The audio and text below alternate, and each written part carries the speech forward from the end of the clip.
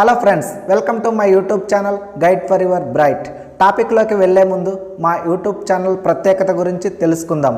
విద్య, ఉద్యోగ, ఉపాధి అవకాశాలతో పాటు కేంద్ర రాష్ట్ర ప్రభుత్వాల సంక్షేమ పథకాలు ఎప్పటికప్పుడు పూర్తి సమాచారాన్ని మీకు తెలియజేస్తాము.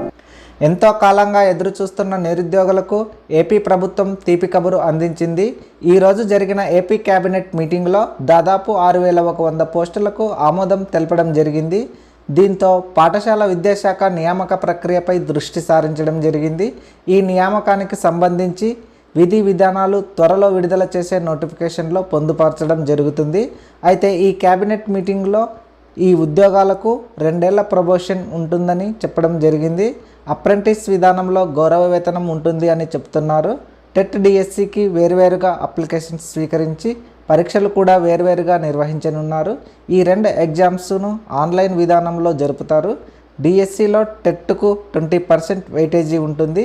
హెచ్జిటికు పేపర్ 1, స్కూల్ అసిస్టెంట్కు పేపర్ 2 విడివిడిగా నిర్వహిస్తారు. ఈ ఎగ్జామ్ చివరిసారిగా 5 సంవత్సరాల క్రితం 2018లో నిర్వహించారు. అయితే అప్పుడు హెచ్జిటి పోస్టులకు బీఈడి వారిని అనుమతించడం జరిగింది.